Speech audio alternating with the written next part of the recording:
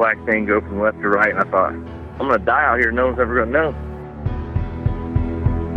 I couldn't believe what my eyeballs were showing me. I'll never forget how evil the eyes were. It was horrible. I mean, I've never seen nothing that evil. It ran towards me at a rate that I can't even explain. Turned and stared at me, and this look of, I just want to kill you. I want to say it was human, but it wasn't. He was yelling at me to grab a gun. I was like, for what? He said, just grab a gun. And there's footprints all the way to the door of my house. It had went inside my garage all the way to the door. 911, what are you reporting? Jesus Christ, you better... Sir? Zia! Hello? Get somebody out here. What's going on now, sir? That son of a bitch is about 6'9", I don't know. Do you see him now, sir? Yes, I'm looking right at him. Uh-oh. You're listening to Sasquatch Chronicles. Check us out online at sasquatchchronicles.com. If you've had an encounter, email me. My email address is wes@sasquatchchronicles.com.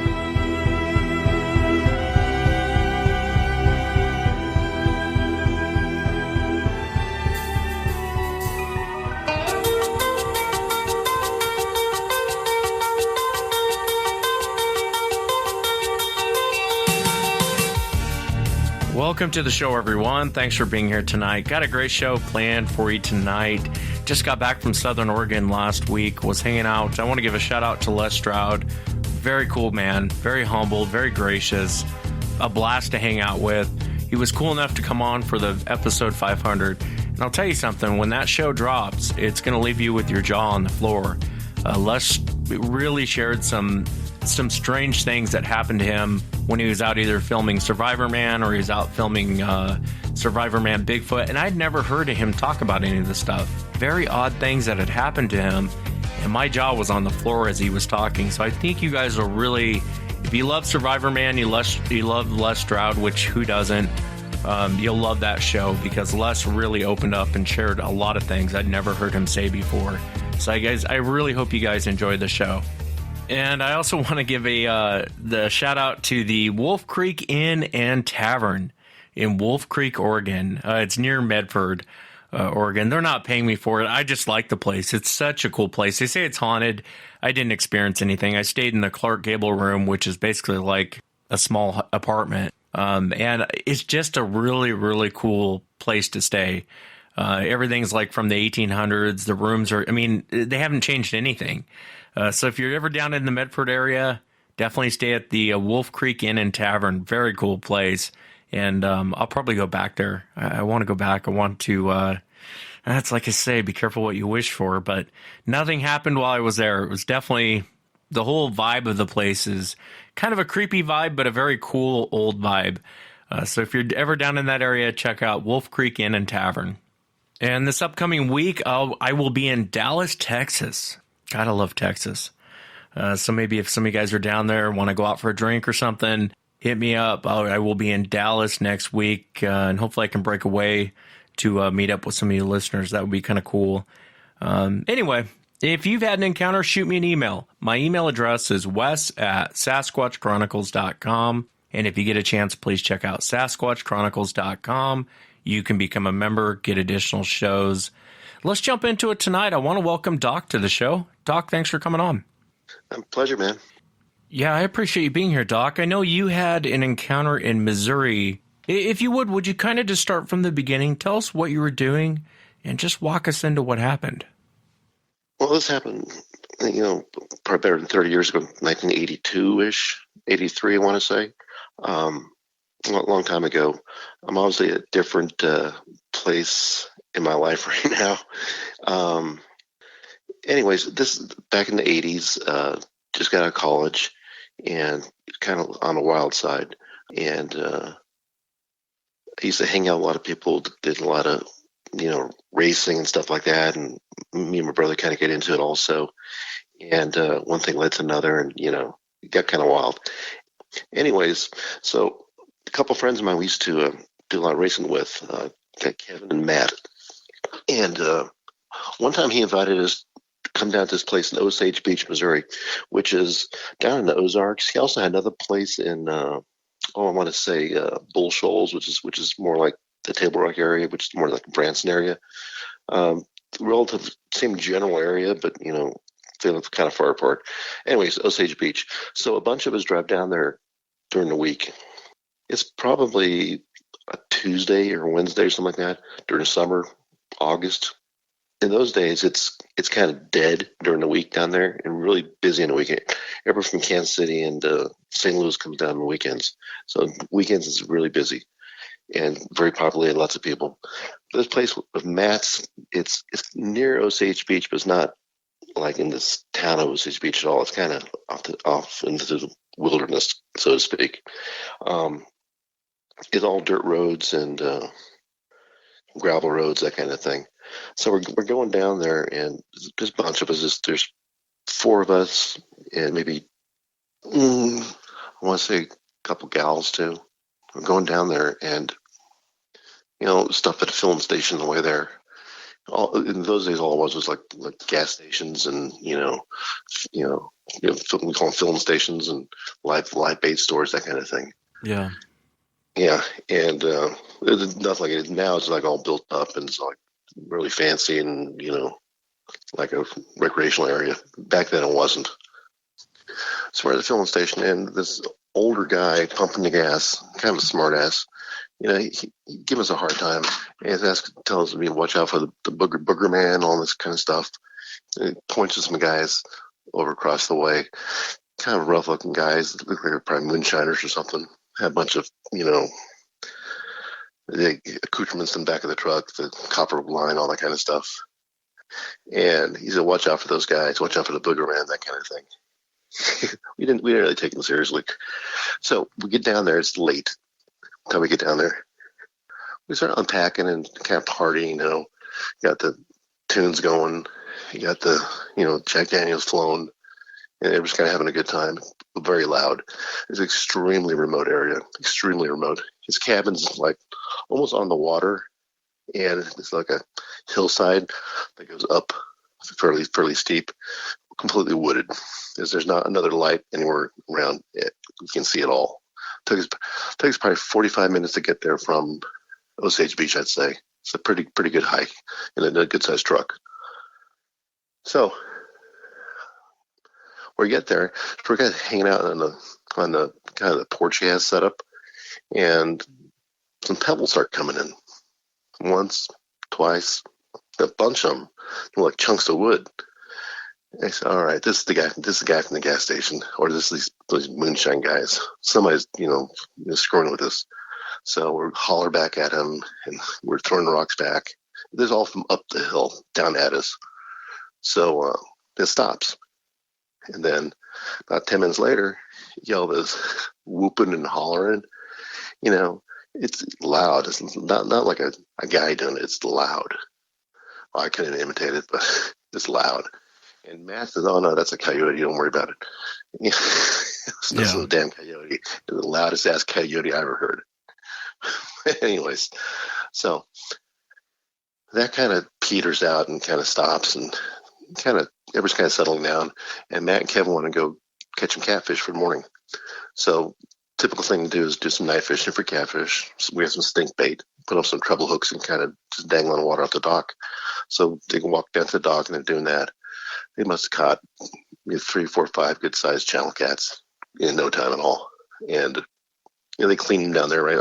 There's a big round flat rock next to the dock. So they cleaned them there, and I guess they're a little on the drunk side. Usually you toss the stuff in the water. Just left everything laying there. It wasn't a good idea. Yeah. So I go back, and then so next morning everybody gets up. Well, morning, hungover morning, like 10 o'clock. Everybody gets up, and these 2 girls go down go down the beach, sit in the sun. So I go down there, and about half an hour later, they're screaming, and they come running back saying there's a bear or a big hairy bear in the bushes looking at them, and by the way, you guys clean the fish, and what the hell's going on? So we go running down there. Of course, nothing there. just the fish guts all over the place, but nothing's there. We didn't like check for tracks or anything. We weren't that sophisticated. So we went back, and we had basically a day in the water fishing and, screwing around with like inner tubes and tubing and stuff like that, which is a blast if you've never done it. But we come back about 5, 6 o'clock at night, and the place is kind of quiet. And I noticed the woodpile completely tumbled. He has a huge woodpile next to the house, the cabin. It's completely like tossed. Like, what the hell? And he figured somebody must have been pulling log off and wasn't paying attention, and the whole thing rolled over and nobody noticed it. I guess I clearly did not notice that when we left. Anyways, so we decided we wanted to get in some squirrel hunting because Matt was really into that. He really the red squirrels were huge around that area. Those are the ones he liked to hunt and eat, not the gray ones, the red ones. And there's a bunch of them around there. And there's a whole bunch of them up this hill you had to walk up. And that's what there's a creek up there too called Cajun Creek that goes down there. And there's a couple, beavers in that creek to hang out. We'd seen them before. You can always floating down the creek. Nobody really bothering him. It's not much of a creek. It's maybe 12 feet wide and maybe a foot deep, the whole thing. But kind of winds around, a lot of bushes around it. So we're going up there. Just about 3/4 or a mile or more from the cabin. So we're hiking up there. It's a hell of a hike. Matt has a shotgun. I have a 22 with me. It's like a old German M1 version they had after the war. It's called Irma. It's kind of a collector's item now. I actually still have it. And it's 22. Not going to do much with that. So we're going up. He's on one side of the creek. I'm on the other side of the creek. Just walking up there. And it's kind of not really a sunshine day. It's kind of overcast and dark. And you hear this sloshing in the creek, like somebody's walking in the creek. And it's getting louder coming towards us. Like, what the hell? Then you see it coming around the corner is this, only about 5 foot tall, is this hairy guy standing up, bent over, staring at the water. And he'd move and look at the water, kind of wave his hand in the water, like looking for something. And as he got closer, you tell this is not a guy in a ghillie suit or anything, or a bear, or any kind of guy. This was looked like a yard ape of some kind. And it had a stink to it, not the stink of death, but it definitely had a stink to it. Oh, I should mention one thing. One key point I forgot to mention. Before we saw this thing in the water, we came across the beaver dam, completely destroyed, shambles, and beaver carcass laying there on the ground, pulled in half. One half here, one half there. Looked like somebody grabbed the head, grabbed the tail, and pulled. It was like they took a bite out or something. It was like killed for sport, clearly. And it kind of tossed around. It's kind of stiff, so it's like probably 12 hours old or something like that. That's pretty weird because nobody goes up there. Nobody's this whole area. It's extremely desolate. So we fast forward to we've seen this thing in the water.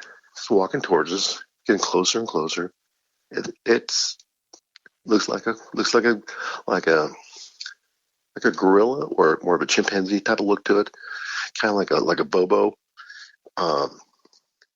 black fur, kind of reddish brown in some parts, mostly black, matted, kind of grungy looking, and the face was like a black skin on it, but it was smooth. It wasn't wrinkled, it was smooth. And that's why I think it's must have been a juvenile. And looked at Matt. Matt looked at him. Matt was like standing in the water. He was close to the thing. It turns and starts going right towards Matt. And Matt is like shitting his pants. I bet. And he's just standing there. And I'm like, Matt. And it's kind of he's not hearing me because the thing's making so much noise. Then finally I took the clip out and stuck it in and chambered the round. Then the thing heard that clicking and looked right at me. And kind of tilted his head looking at me, big black eyes looking at me, mouth hanging open, big flat mouth hanging open. And then it starts clicking his teeth. It's kind of weird. I remember the bottom teeth over the top teeth. It's kind of weird the way he was clicking it. And I've seen gorillas do that later on. And they heard this other clicking coming from behind us, much louder, like up above us. Clearly there was like another one there. So as soon as it heard that, it kind of turned around and started walking back the way it came. Never looked back at us, kept looking down in the water like it's looking for something, like looking for fish or something. And it goes around the corner. I looked at Matt. He looked at me. He says, "Let's get the F out of here." And we skedaddled. And that was that sighting. We went back to the cabin, told everyone what happened. Of course, nobody believed us. And that was it. We packed up the truck and got the hell back to Kansas City. Yeah, I'm curious to talk to you about descriptions. But before we get into descriptions, do you think it was going after your buddy? I mean, do you think this thing would have killed your buddy? It was, yeah. He was going party. It's party time. Yeah, he was not happy that Matt was there. For That's sure. Insane. An angry look on his face, and a puzzled look when he saw me. Like, oh, there's two of you. Oh, you both have guns. Oh, and that's when the other one starts clicking, and the difference in pitches of the clicks was dramatic. Much louder click from behind us, like a much bigger guy clicking, and it's like he's giving them orders with the clicks. He's turned around and left. Yeah, it's kind of like you're going to get shot if you keep moving forward. You know what I mean? That's probably what he was saying to him. I don't know what the hell happened. Now he used to go up there by himself. He never went hunting by himself again after that, ever. I don't blame him for not going up there by himself anymore. Yeah, I know you described the creature in your email looking like us and them. Yes. That's the best picture. I looked at a bunch of stuff online, and that's the best picture. It's almost identical. It's the best description I could give to it. And the kind of big black eyes and the kind of pointy head and the exact look, nasty look, not a friendly look at all. Yeah, was there any other details you remember from the? I mean, how far away was this thing when you were pointing the gun at it? Oh, it was close, like 15 feet. It was right there. Oh, wow, really close. Like 15 feet away. It was close. Matt, about 5 feet. Jesus, Matt's lucky to be alive, man. He's just hitting his shit from bricks. Yeah, I bet. I would have been too. Matt. He's not doing anything. I clicked that cartridge in there, and then he heard that and looked right at me. Yeah, all of a sudden he wasn't Mr. Attitude anymore when he's looking down the barrel of the gun. No, Matt had a gun too. Matt he wasn't pointing; it was just in his hand. Just kind of frozen with fear. He said he felt that he just looking and he just taking it all in, and he was scared and he didn't even think to raise. Like he forgot he had a gun in his hand. Yeah, that's amazing. Was there any other details you remember? I mean, were the eyes just black, or was there anything about the jaws or the teeth, or? I would say the teeth he had big, long incisors, not like huge like a chimpanzee or something, but they're pretty good sized, and big, flat, yellow teeth. And they're like chipped and stuff. They were not nice, and mouth was obviously long and flat, narrow. Didn't have big lips or anything. He had a forehead that kind of protruded a little bit, but the skin smooth black skin, not wrinkled. I know some people report wrinkled skin, totally smooth. That's why I'm thinking this was a juvenile. Yeah, it's fascinating. What was the nose? And some people haven't seen them and us. That's why I'm asking you questions about the description. But like the nose, was the nose more human-like, or was it more ape-like? Human-like, but flat. It's like you took your fist and you rammed in somebody's nose and flattened the nose with it. It's flat to his face almost, and nostrils almost pointing out straight out, like kind of like a gorilla, but it's clearly like humanoid nose. It had like a. He had a bridge of his nose and everything. It was a humanoid style nose, but it's very flat. Was there any sexual organs? Anything to make you think this is male, this is female? There were no breasts at all. It was like a male chest, and he had a lot of hair down below. You really couldn't see if he had any junk going on. But honestly, I wasn't looking at that. Yeah, no, I would imagine you're probably locked on this thing's eyes, and... what do you make of that behavior? I mean, you were there. What do you make of the behavior? Do you think it was going to kill Matt, then realized, oops, I messed up? I think they were. What I think is, I thought it was a lot afterwards. I think we interrupted them when we came down there during the week. I think their time is during the week when nobody's there. That's when they do their business. In the daytime, they fish or they hunt, wherever they go, like a hunt. They're out in the open, and we showed up in the daytime and during the middle of the week. And we came in actually in the middle of the week. I think that's their time, and they were pissed, and they were cranking up the music the night before loudly. I think that really interrupted them. So there's a lot of deer around there. I'm sure they were hunting deer at night the way they do. And I think they were pissed that we were there, really pissed. Like this is not your time to be here. You guys, we give you guys the weekends, the weeks during weekdays are ours. That's kind of the attitude they had. I kind of took from it. And clearly it had a violent reaction to Matt. Now Matt's 6'2", like 300 pounds. He's not small. I'm at the time I'm 6'1", like 180. He's like 300. It looks like your typical truck driver. No, it's not the truck drivers, but that's what it looks like. No, I hear you, man. Or a podcaster,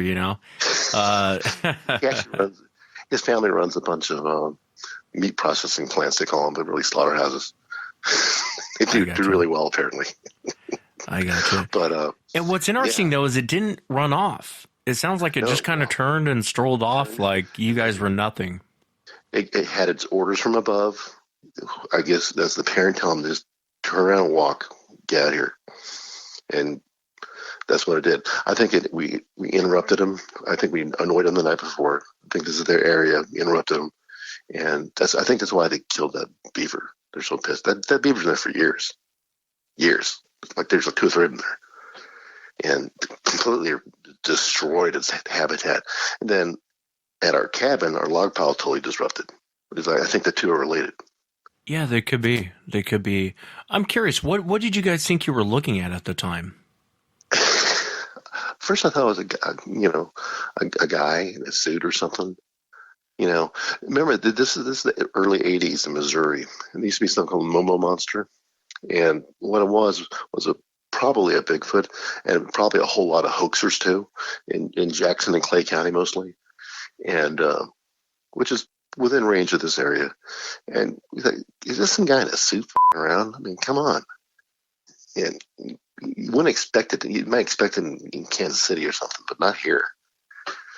But yeah, I'm curious too. Did you ever go back to? And I didn't mean to cut you off. I apologize, Doc. The woman that saw it, or the girls that saw it. Did you ever go back to them and go, tell me exactly again what you saw? They basically described this thing. They said it was down by the water. It was eating the fish guts. It was looking at them. That's crazy. I'm surprised someone wasn't hurt, to be honest with you. I mean, these girls are kind of, the kind of girls you take on a trip like that, put it that way. Yeah, I hear you. You wouldn't take home and meet your mother, put it that way. I gotcha. Sounds like you're running around with the crowd I used to run around with. Maybe they were attracted to them too. I don't know. They're sitting there, could be. They're in their bikinis on the dock. Yeah, that's fascinating. That's really fascinating. And so I would imagine that kind of stuck with you throughout your life. Yeah, and I have a twin brother, and he wasn't with us that time because he had this kind of uppity girlfriend in St. Louis he was staying with, and she's very nose up in there type of girl, and he was with her, and I told him about it. He totally did not believe me at all. Zero belief. I told other people about it. Nobody believed me. Later on in med school and stuff, I told people about it. Nobody believed me. So I stopped telling people. Even I mentioned to my daughter. She didn't thinks I'm full of crap. And my wife laughs at me. Son laughs at me. I didn't even tell them anymore. They kid me like when Planet Apes, the movie or something comes on. They kid me. Oh, here you go, Dad. Here's one of your apes. I don't get into it all anymore. Yeah, definitely not. I hear you. Definitely not professionally. That seems to happen a lot, to be honest with you. It happens a lot. And what always amazes me by that is, I was just talking to Les Stroud about this, and there's people to where you'll call a cop to come save you, or you'll call a fireman to come save you, and they're good enough for that. But the minute they tell you a Bigfoot story, all of a sudden now they're crazy. All right. And it's like, come on. You know what I mean? Come on. This guy's good enough to save your life, but he's not. You don't believe him what he saw. You know what I mean? You're going to call him a liar on this. And I think the perception of this phenomena is really changing because you rarely hear people say anymore that, just drunk people see it, just hillbillies see it, just because it's not true. It's not true. I mean, it's not, I've housewives on, doctors, I've had lawyers, I've had many police officers, many guys in the military, high-ranking military, that have seen these things. And so it's like, if you're not going to take their word for it, well, whose word are you going to take? You know what I mean? I think some people have to see it to believe it, and I understand that. I'm not too hard on skeptics on that. There are some people that just have to see it to believe it. You know what I mean? I totally get that. I'm from Missouri. You got to show me. I got to see it to believe it. I would never believe if they would tell me about it. I wouldn't believe it either. Yeah. Did you ever go back to that area, or was that pretty much the end of that? Yeah, about maybe 6 months later, I went back there during the wintertime and did a little, tried to do some deer hunting or something, but there was nothing there, completely quiet, like nothing ever happened. I don't know that they're just passing through or what, but there are reports in the area, so I think they're still in the area. I think that's their area, the Ozarks. What do you think that they are, Doc? If someone were to ask you, what do you think Sasquatch is, what would you say to them? I've actually talked to Jeff Meldrum about this. I really believe this theory that they are a relic human, hominid. I think it's what they are. I think they're close enough to being, ape and close enough to human, and that's the best description of a relic hominid. Probably a lot of people don't want to believe that, but I think that's what it is. So would you say more human than ape? I would say more ape than human. I would say, if I had to say what this is, I'd say the violent ape. Yeah, they definitely appear that way. It's hard to, sometimes I know you listen to the show and I'll have people on and they'll say, yeah, it looked very human-like. And then there's other people who say, no, it looked more like a gorilla.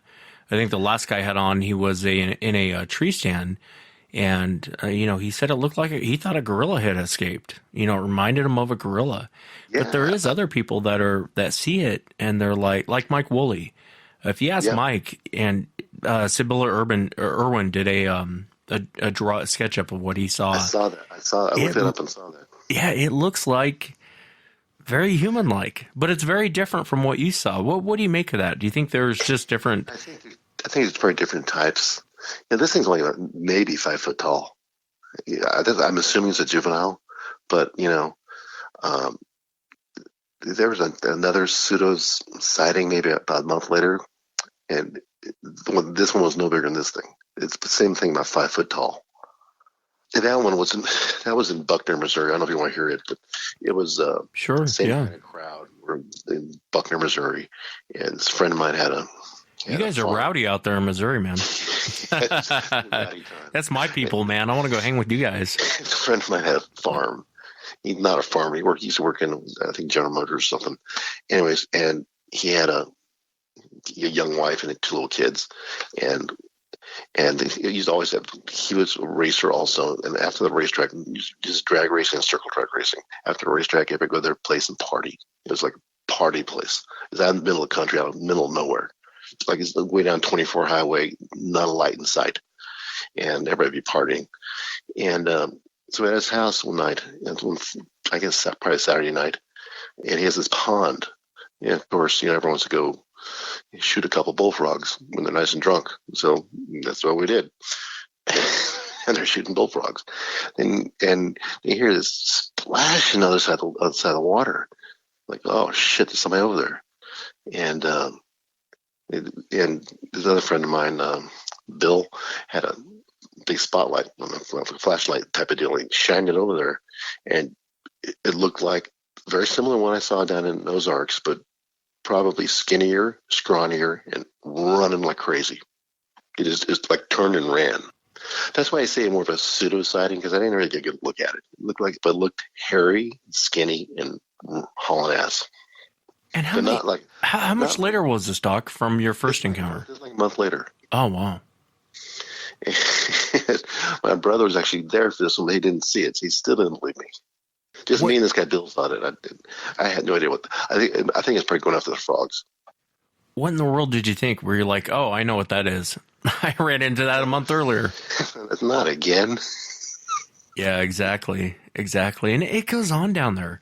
And it's so hard because I always tease about hillbillies and rednecks. I'm straight up hillbilly.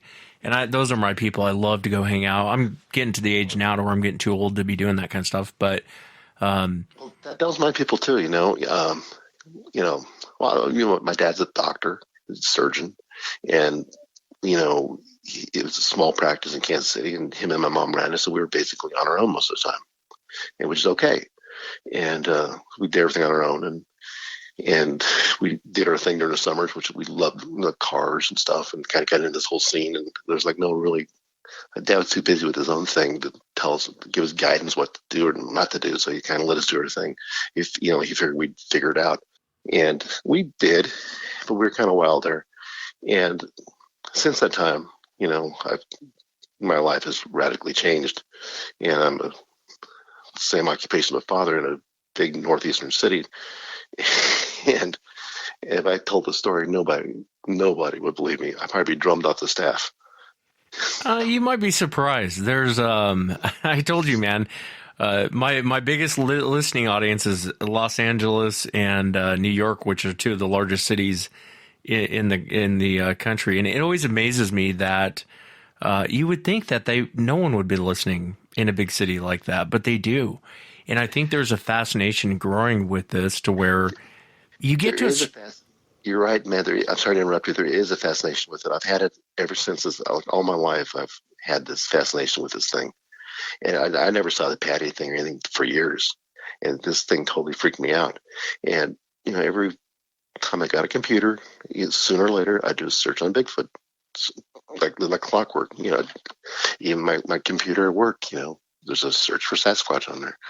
It's been like it's kind of embarrassing. Somebody sees you searching for Sasquatch. You're sitting in a big facility where I'm at. It's kind of you can't get out of your head. Yeah, and that's why I started listening to your show. Yeah, no, and I appreciate it. But it's one of those things. I think you and I probably grew up in the same time frame. And when we were younger, if you said you believed in aliens, everyone was like, "Oh my God, are you? Get your tinfoil hat. Here comes the alien guy." But what's fascinating is it's changed now. I would say if you ask most people, do you think aliens are real? Most people would say yes. I believe that they're real. I've never seen one, but something's going on, And I kind of think that's how Sasquatch is going. I think people are getting to a point to where I have skeptics all the time. I love skeptics because they'll listen to the show and they'll say, I don't believe in Bigfoot. The last guy you had on, that guy saw something. I don't care what anyone says. That guy saw something. It takes one guy to see something. Yeah. One guy to be right. That's all it takes. Yeah. Well, it's an amazing account, and I appreciate you coming on, Doc. I really do. I think it's an awesome encounter.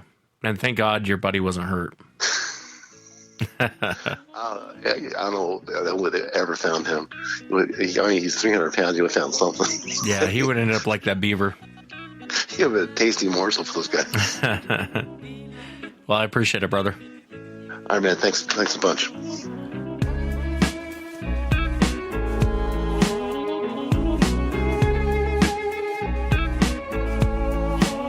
And I want to thank the Doc again for coming on, and thank some sponsors. Take a moment to thank some sponsors and pay some bills, as they say in the business.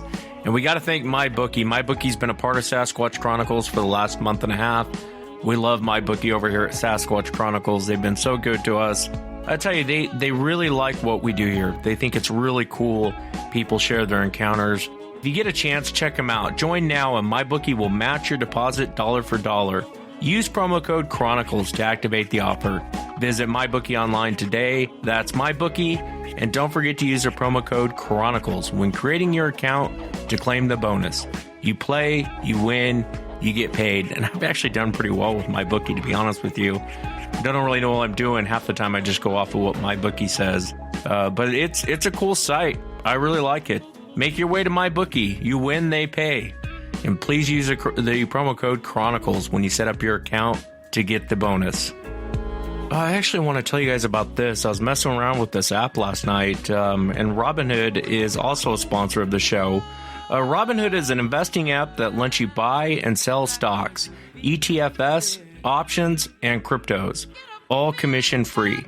They strive to make the financial services work for everyone, not just the wealthy. A non-intimidating way for stock market newcomers to invest for the first time with true confidence. Definitely check it out. It's actually kind of a cool app. I was messing with it last night. I'm not going to tell you guys what stocks to buy or anything like that, but it's kind of cool. You learn how to invest as you build your portfolio. Robinhood is giving my listeners a free stock like Apple, Ford, or Sprint to help build your portfolio. Sign up at sasquatch.robinhood.com. That's sasquatch.robinhood.com. Thank you, Robinhood. Let's jump back into it. I want to welcome Lane to the show. Lane, thanks for coming on. Yeah, I appreciate it, man. Yeah, well, thanks for being here. I know your encounter took place in Ohio. If you would you just kind of start from the beginning? Kind of tell us what you were out doing and what did you see? So me and my friends when we were younger, we used to play a game called Airsoft, which is just like I don't know if you guys BB guns, and they're just like little pellets. We used to play that all the time, and about 50 yards away from my house, there's woods. And we used to play back there all the time. So we would go back there all day and just hang out and have fun. But in these woods, there's like a path that goes from one neighborhood to a couple other ones. There's a ridge, like a ridge line that lines the whole path. And we'll get to that in a minute. But we would just go and we'd play next to this ridge, and sometimes we'd go up there and just have fun. So one day, me and my friend, we decided we were going to go out and we were going to play a game. So we wanted to go out there early when it was still kind of darker out. And when we started the game, we were having fun and we were just hanging out. And then probably about an hour or two into it, my friend called me over and we were just talking. And he asked me if I saw the guy, what he called it. He called the guy was sitting on the ridge just watching us. And I was like, what do you mean? He's like, there's a guy up there, and he's sitting there, and he's watching us on the ridge. And we were just standing there, and I looked up at the ridge, and I was looking at it. I didn't see anything at first. So I asked him, what do you mean? And he said, how can you not see him? He's standing right in front of us. And I was like, okay. So I looked up again, and I started scanning, and then I saw what he was talking about. And it was this brown ball of fur, like fur and hair. And it was just crouched, just watching us. And it was like, it was bigger than I thought it was going to be. What he was talking about, it was probably 5 feet tall, and I thought it was a tree at first, but then I was just thinking small trees, they don't have that big of a base. And I was just looking at it, and it was sort of like a grayish color on the face, and I was like, what is that? And I was just thinking to myself, well, if this is any of the stories that I've heard around where I live, then this has to be a grass man. And I was just thinking to myself, well, I got to get it out of here faster than my friend if he ever comes down here. So we were just standing there and we were looking at it. We took a few steps back, and then I was just thinking to myself, we got to get out of here. We got to get out of here. But before we could even make a move or anything, I whistled, and I was just whistling at it, and thinking it was like a deer or something. But then it stood up, and when it stood up, I was like, that's not a deer or anything.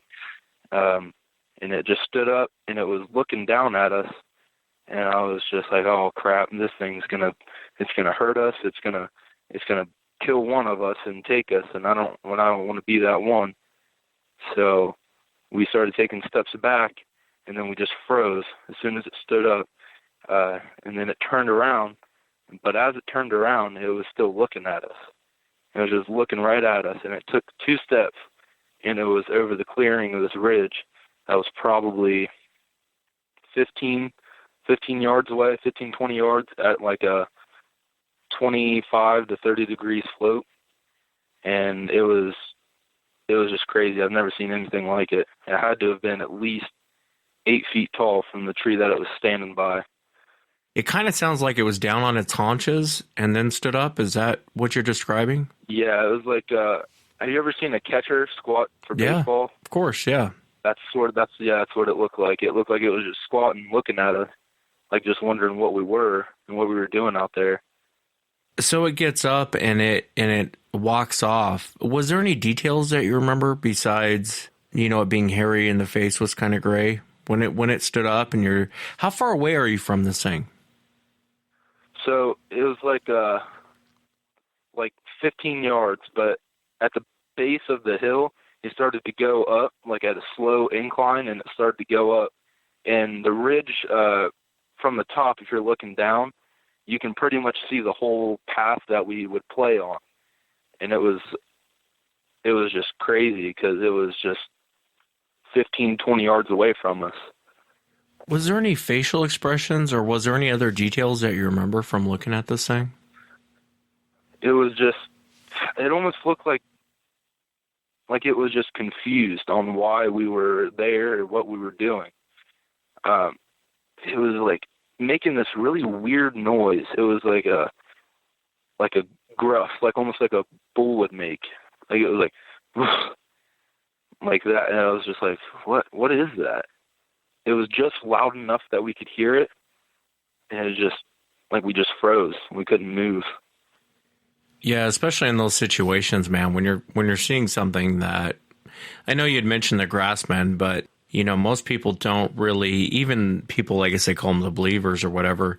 I think deep down there's a small percentage of people who traditionally don't believe, even though they call themselves believers. And what I mean by that is you almost kind of have to see it. There's that moment where you see it and you're like, holy crap, I can't believe this is real. You know what I mean? And I would imagine there was a lot of that going on when you guys were looking at this thing. I was laughing. I was muted out, but I was laughing when you were talking about, you can run faster than your friend if this thing comes down. Yeah. Run your friend. He's going to be the snack. I think that, but no, I hear you, man. Yeah. It's the truth. It's, I don't blame you. I was 11 at that time and he was 13. So I was like, man, I got to get out of here faster than him. Yeah. Did you tell anyone about this? No, my family, my parents, they have this friend, and he said that he saw one too, and I was like, wow, that's cool. But my parents and their friends would always make fun of him, so I was like, yeah, I'm not going to say anything because I don't want to get ridiculed for that and be called a kook or crazy. Yeah, I don't blame you, and that seems to happen a lot. Even in Ohio, where you guys have the grassmen, you guys have your own name for it down there. How many people don't believe in it? Where did you come across the grassmen? Was that just stories you'd heard growing up? Yeah, like I said, my family friend, he would always tell us scary stories when we would go over to his house.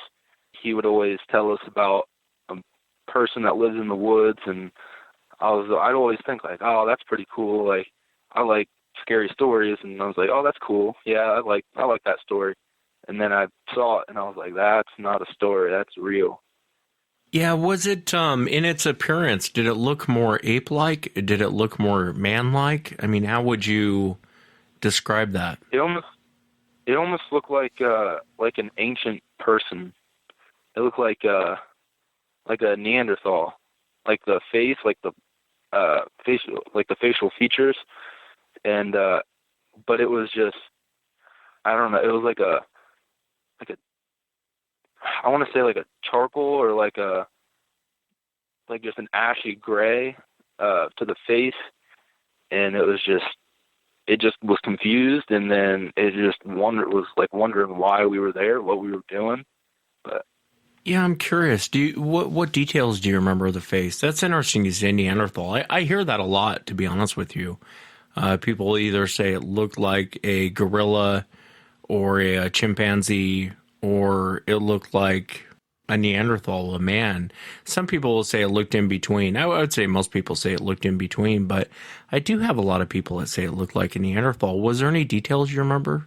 What did the face look like? Yeah, you could see the cheekbones, like they were pretty predominant, and then like the eyebrows, like the arches, it almost looked like they were pushed out a little bit further than the forehead was, and it was just like, that just doesn't make sense because it's like a hairy, like I was just thinking, like, this is a hairy thing, like, why does it look like a person? Yeah, and I think a lot of witnesses, they go through that. You know, I've been told many times it looked like, and forgive me to the Native Americans out there, but sometimes people say it looked like a Native Americans. You know, Native Americans have very beautiful features. They have kind of high cheekbones. They have, it's very, you know, usually kind of thick lips and big eyes, and they have pretty features. And a lot of times I think people see these things, and I've had people say it looked like a Native American. It really did. It reminded them of a person, except for having a hairy body like a gorilla. It looked like a man. Yeah, and when you say gorilla, like it was almost like it had longer hair, like Chewbacca from Star Wars. It had super long hair. I mean, it was still cold out, but it was like super long hair. And like the legs, I remember the legs were unbelievable. They were just tree trunks, and they were just huge. And the arms weren't as big, but they were like defined, and they were just like long and lanky. And I was just like, wow, that's just huge. Yeah. Did you and your friend ever talk about it afterwards? No, no, not really. We just went about our business and never really I've never been anywhere close to those woods again. I'm like I said, it was 50 yards away from my house. I've never been anywhere near there. Yeah, that's too bad. It's interesting though, its behavior, you know, and I hear this is the most common behavior you'll hear with eyewitnesses. It's watching you, you notice it watching you, you stop, you look at it, and in your situation, you start whistling. So it stands up, looks at you, and then turns around, walks off. I would say that's most people's encounters. They do attack, and they do run off, and they will do odd things. But I would say, generally speaking, this is most people's encounters, where they're noticing they're being watched, and then they look back. Creature realizes you're watching it. It gets up and walks off. Did you feel it a fear at all when you were in that situation? Did you feel like things could go? I mean, obviously the creature's bigger than you, and I get that, but did it do anything to make you think, I'm in trouble? Well, I just seeing how big it was, I was already just like terrified, but yeah, it's just sort of like, you ever seen a dog just like look at you and then like you hold something out to it and it like tilts their head? Right. Yeah. That was sort of what happened when I whistled. It like turned its head and was like just almost rocking like side to side and like just moving around, like deciding what it wanted to do. And then it stood up and I was like, oh man, like we're done. And it just stood there and just looked at us. And then I just turned and I was like, wow, that could have gone so bad so quick. Yeah, I couldn't agree more. What do you think they are, Lane? I mean, you got a good look at one. If someone were to, and obviously, you know, from listening to the show, there's no wrong answer to this question, but if someone were to ask you, what is Sasquatch, what would you say to them? I mean, I don't know, man. The best way I could like almost describe it is like, it's like a Neanderthal that almost had like a gene splice into an ape somewhere down the line or something like that happened, and they've just been thriving ever since, and they just became their own kind of thing. Yeah, and you could be right. You definitely could be right on that. I just find the behavior fascinating. You know, it didn't throw any rocks at you guys. It didn't growl. It didn't roar. It sounds like it was pretty cool for the most part. It just got up, was wondering what you guys were doing, and then strolled off. And I think that's the encounter most people want. Did it change your life as far as going out in the woods or anything? Yeah, I've never been back in the woods. I haven't. The only time I've been close to the woods is when I was with a group of people and we were having a fire. But other than that, sat up close to the house, and I was not coming down. There was no way I was going anywhere near there. I don't blame you, man. I probably would be doing the same thing, you know, and even though it didn't do anything to you guys, just knowing that this thing is out there, you know, and that one you saw isn't the only one that's out there. You can run into all different kinds, all different personalities. And thank God that this one was halfway cool. You know what I mean? It just got up, kind of looked confused, and walked off. Yeah, that's fascinating, man. Didn't decide that we were lunch. Yeah, no kidding. Wow. Decide you guys were going to be shish kebabs. Yeah. It could have been a bite-sized snack for them. Wow. Yeah, it's true, man. It's true. But, you know, I think in most situations, they'll do certain things to make you leave. I think they'll throw rocks. I think they'll vocalize. I think they will try to scare you out of an area. Not always, but I think generally when they start doing stuff like that, it's just time to go because they don't want you there, and it's going to turn into an altercation. And I like encounters like yours to where there's really no altercation. It was just kind of watching you guys, and your buddy was quick enough with the eyes to notice it. And, you know, and I get why you didn't pick up on it at first, especially if it's down on its haunches. It probably just looked like a big ball of a bush or a tree, so I get why you know, when you first looked at it, you didn't realize what it was until it stood up. Yeah, and we had a big storm a couple years, or actually the year before that, and so we had broken trees and like big broken trees that were completely like just destroyed, and they almost looked the same. Like it was darker. That's the only way I can describe it. It was darker than what the other trees look like. Was it black? What didn't color? Really stand out. Yeah, I apologize for cutting you off. What color was it? The creature? It was like a brownish red, but it was I don't know how to. It was like it almost blended in with the background because it was just the beginning of spring, so there were still not very many leaves on the trees, so everything was still dark brown and like just a nice dark brownish red color to the backdrop. So like you really couldn't see it until it started to like move and sway, and then that's when I caught it, was when it was sort of like was swaying a little bit. Yeah, it's fascinating. Well, I appreciate you coming on and sharing it, Lane. If you ever make your way, and I would try and make your way back out to the forest, man, don't let these things take that away from you. You know what I mean? You'll go out there with a different perspective. You'll have your head will be on a swivel for a long time, and then that will generally calm down. But and thank God the creature didn't do anything. He was just, you know, he probably just saw a bunch of kids and thought, "What's no point in messing with them?" You know what I mean? Yeah, I think it might have been watching us for a little bit earlier, because we went out like almost every day for weeks and months. So I think it might have been watching us before, but I can't be sure. Yeah, I understand. I hear you. Well, Lane, thank you again for coming on. I really appreciate you being here. Yeah, thanks, man. Thanks for having me. Thanks again, Lane. And that's it for tonight, everyone. Remember, if you've had an encounter, shoot me an email. My email address is wes@sasquatchchronicles.com. If you get a chance, please visit sasquatchchronicles.com. Until next time, everyone.